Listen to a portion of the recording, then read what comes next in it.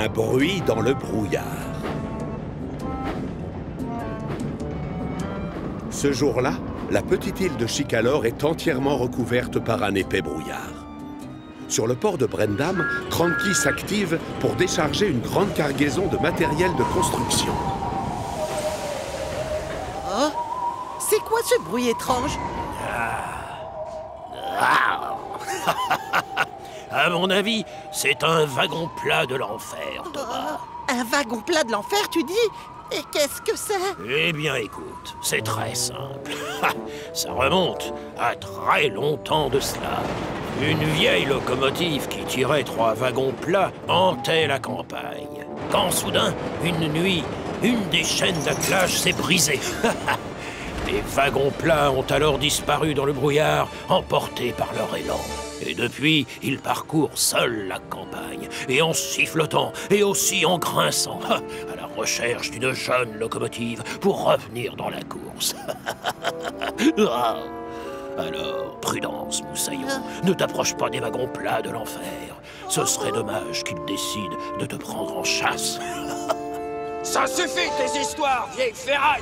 Laisse-le. Thomas a beaucoup de travail, d'accord? Alors secoue-toi, Thomas.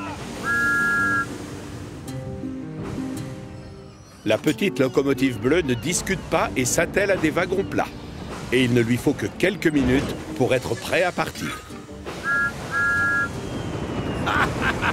Prends garde aux wagons plats de l'enfer, Thomas. On ne sait jamais quand on risque de les voir apparaître au détour d'un virage.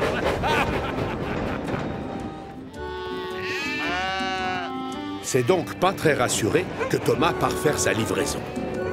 Quand tout à coup, le bruit étrange se fait entendre à nouveau. Oh, c'est quoi ça? Il a beau regarder partout autour de lui, il ne voit rien capable de produire le son mystérieux. Et ça l'inquiète encore un peu plus. Aussi, quand il arrive au hangar, il est bien content de voir Henri et Émilie qui discutent tranquillement. Tiens, salut Thomas! Je viens d'entendre les wagons plats de l'enfer. Oh, les wagons comment? De quoi tu dis? Les wagons plats de l'enfer. C'est Salty qui m'a raconté leur histoire. Ils rôdent à la recherche d'une jeune locomotive et ils sifflotent et grincent. Moi, ça me donne plein de frissons. T'es pas le seul. Oh, vous n'êtes que des radiateurs mouillés tous les deux. Il doit forcément y avoir une explication à l'origine de ce bruit. Oui, espérons-le. J'ai tellement peur.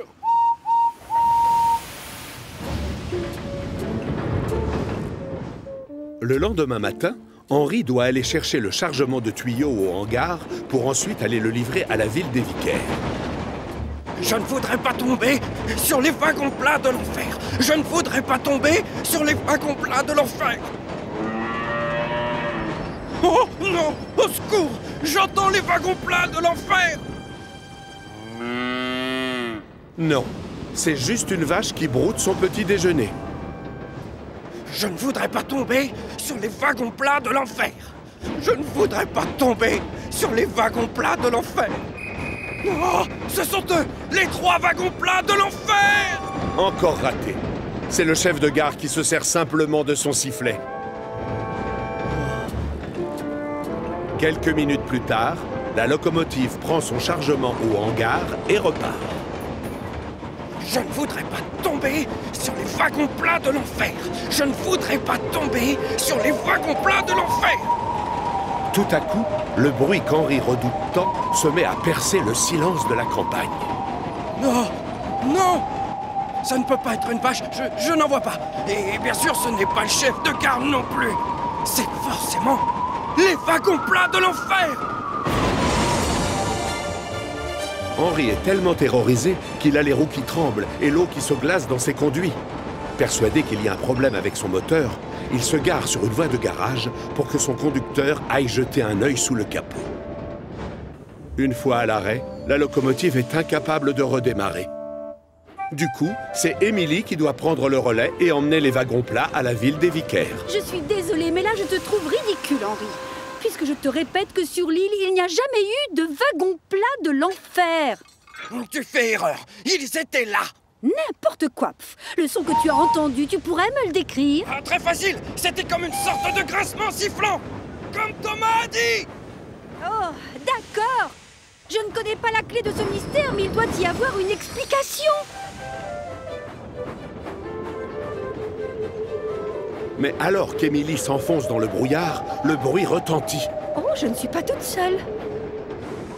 Thomas, tu me fais une farce, c'est pas gentil. Émilie regarde partout autour d'elle, mais pas de locomotive bleue à l'horizon. Oh. Henri? Si tu es là, dis-le. Personne ne répond. Émilie est toute seule. La petite locomotive prend alors ses roues à son cou et file à toute vapeur. Mais hélas, le bruit continue à la suivre. Oh non! Peut-être qu'il n'y a pas d'explication logique à l'origine de ce bruit. Et si en réalité, c'était bien les wagons plats de l'enfer?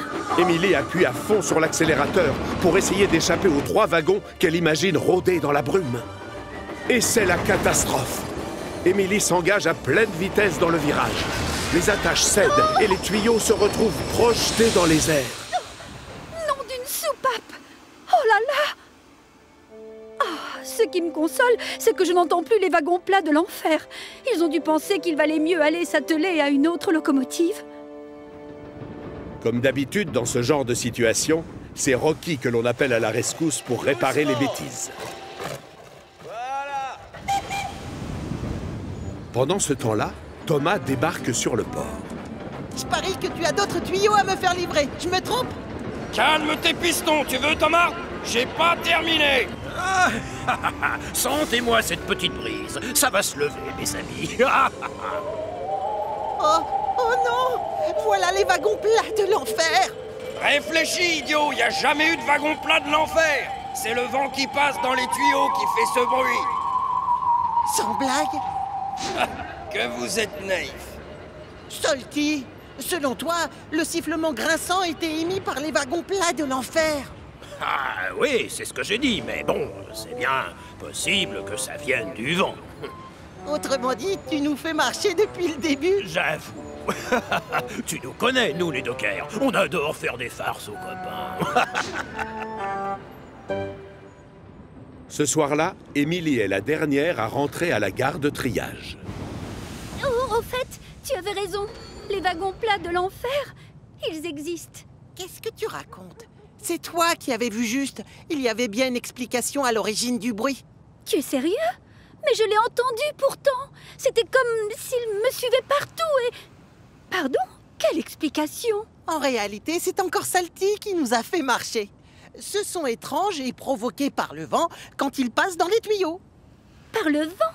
Quand il passe dans les tuyaux? Oh, d'accord. Je savais bien que c'était un truc dans ce genre. D'ailleurs, je n'ai pas eu si peur que ça. Personne n'est dupe. Tout le monde sait bien qu'Émilie a eu la peur de sa vie. Après cette histoire, aucune locomotive n'a plus jamais reparlé des wagons plats de l'enfer. Enfin, aucune à part Salty, bien sûr. Et alors, les soirs de brouillard, les 3 wagons plats de l'enfer rôdent sur les voies ferrées de notre île, en quête d'une jeune locomotive à laquelle elle pourrait s'accrocher. Salty, fiche-leur la paix. C'est pas gentil.